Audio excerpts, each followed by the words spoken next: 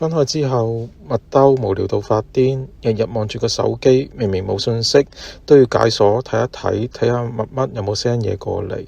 終於有一日，佢忍唔住啦，開咗個新嘅 IG 賬號，叫做無聊的豬豬，冇人追蹤，冇人識，純粹用嚟發洩一下。第一張相，佢影住杯珍珠奶茶，寫住好好飲啊，但係冇你乜都唔好飲。第二張，對住個鏡頭扮酷自拍，跟住寫住豬豬要變型豬，無謂再諗你。第三張係一幅落雨嘅街，配字就係話陰天，適合沉默，適合飲湯，適合掛住某一隻豬。